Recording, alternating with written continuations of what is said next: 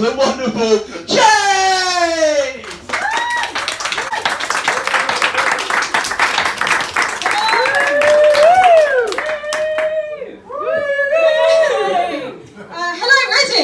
So that was really like, I felt like that sounded like I thought I was at the festival there. Like, hello, Reading! Did anyone go? No? Okay. Also, I'll just ask you as well to bear with me because I've got a bit of a sore throat because I was on holiday last week and I did way too many Jaeger bombs and sucked too many cocks. Also, when I say that, I haven't had sex for like 10 months and it was the first cock that I've sucked for 10 months, so I just want to show off to all you guys. Yeah, thank you. Anyway, now that I've shown off, I'll go to my material. So I'm a chubby girl. I am chubby. We can all see it. I know it. I'm chubby. Don't worry, mate. You're allowed to fancy me. It's fine. But I've always been chubby, right? And I can actually pinpoint the point where I became chubby. Basically, I started a new school, they gave us free dinners, and I didn't tell my mum. So basically, for 4 years, I was getting 2 free dinners. It's amazing, right? I know I should regret it, I just feel proud. Like they say, there's no such thing as a free dinner. That's true, but in my case, there is such thing as 2 free dinners. I feel like I was one of those, you know, you hear about those child entrepreneurs, you know, who start a tuck shop and make millions by the time they're 15. That was me, except my business plan was solely so that I could have 2 desserts. I'm really proud about it, guys.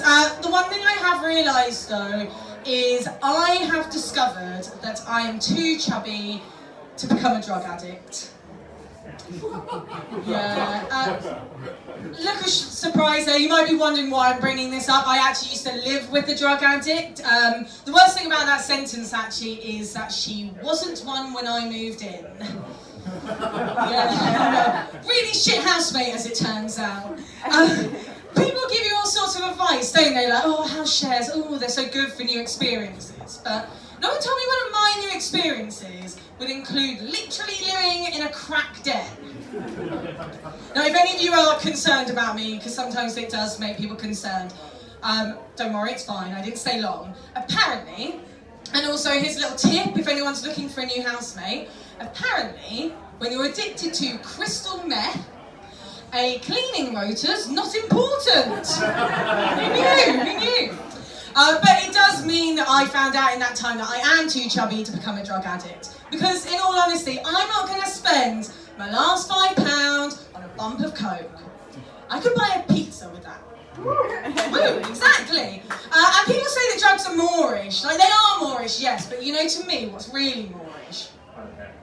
Biscuits. Am I right? Biscuits. Yeah, exactly, right. And the thing is, in all honesty, I'm not going to be turning tricks for a bit of heroin. No. I'm already giving hand jobs for hobnobs, so... See me after if anyone's got any hobnobs.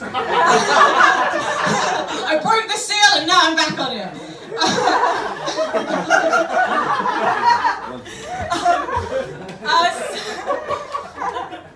Anyway, away from my sex life now. I'm from a little village. Is anyone here from a village? Yeah. Okay, a few people. So, you'll know, like, in a village, everything ends in a pub, right? Yeah, cricket pub, country walk pub, AA meeting, pub. Yeah. The village I'm from, actually, I will just say, so before I go on to the next bit, this pub is absolutely massive, isn't it? Or is this just how pubs are in Reading? I don't know, because this pub, it's like bigger than my village. It's massive. But the village I'm from, and we were talking about like serial killers earlier, but the village I'm from, we don't have one, don't worry, it's fine. Or do we? I mean, no, God, that's weird. Sorry. No, the village I'm from is exactly like the village for Midsummer Murders. So much so, I've come up with a few whodunits based on true crimes from my village. I'm going to pitch them for you tonight, right? Episode 1, the mystery of the nail in the tyre. Yeah, Yeah, you're on tenterhooks, I can see. Was it the vicar? Was it the neighbour? No, it was a coincidence. Episode 2, the attempted break-in. That's right, the attempted break-in of a shed. I know, shocking one, that one. And episode 3, the curious case of the unmarked van. Now, has this van been stolen? Or worse, was it a visitor? I think I'm going to turn this into a true crime podcast, if I'm honest. Right, yes, so, I've got an older brother, and I don't know if anyone else has got this, but basically, growing up, my brother was hands down the favourite. Anyone else? Yeah, a few nods. All the comedians nodding. I think that's why we're doing this. My brother is the favourite. Whenever I say this to my mum as well, she always goes, "Oh, don't say that. It makes me sad." Like, Mum, do you know what makes me sad? Not being the favourite. But I have proof as well, because sometimes people don't believe me that he was the favourite. I have proof. You see, growing up, my parents used to take us out separately for like day trips to Bond, you know. They would take my brother to like Madame Tussauds, London Dungeons, and they used to take me out for dinner in a supermarket cafe. You know, Morrison's as well, just to really dig the point home. Nowadays though, my brother is still the favourite. It's actually fair enough, because my brother, for a job, makes wine. Like, what a prick. Like, I work in IT, how the hell can I compete with that?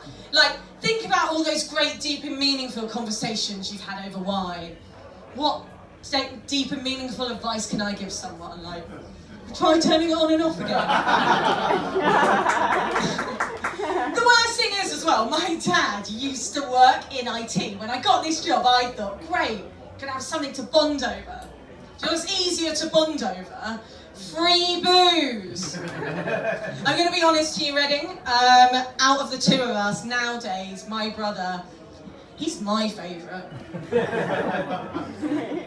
Right, so, I was talking about being chubby earlier. I am actually trying to like lose a bit of weight. I've got myself a Fitbit. Does anyone here have a Fitbit? Yay, okay. You might have done what I've done, but basically I found out, and this is how I know the weight loss thing isn't going that well, because I found out from my bed to my fridge, 8 steps. Yeah. Bit of laughter, bit of confusion, while people try and figure out how tiny my flat is. But the problem is, I have to walk to my fridge 4 times, to earn 1 Malteser.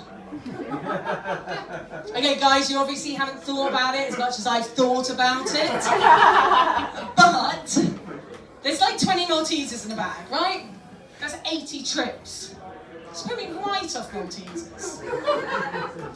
I was speaking about living with a drug addict. Nowadays I do actually live alone, you know, you start being fed up of shitty housemates. Now I look at my bed, my kitchen sink, and I realise, oh yeah, I really was a shit housemate. Before I go, okay, yeah, I'm going to leave you with this, but basically, back to the weight loss thing, I have taken up spin class. Has anyone here done spin before? Yeah, I always look to the women, because there's always like a pained woman in the back, like don't send me back there. But if you don't know what spin is, basically it's, the best way to describe it is it's like going to Fabric or Ministry of Sound on a bike. It's like extreme dance music, an unbelievable amount of sweat. And if I'm honest, I do actually like it, I do. If I have some drugs. And by drugs, obviously, I mean Oreos. On that note, see me if you've got your hobnobs.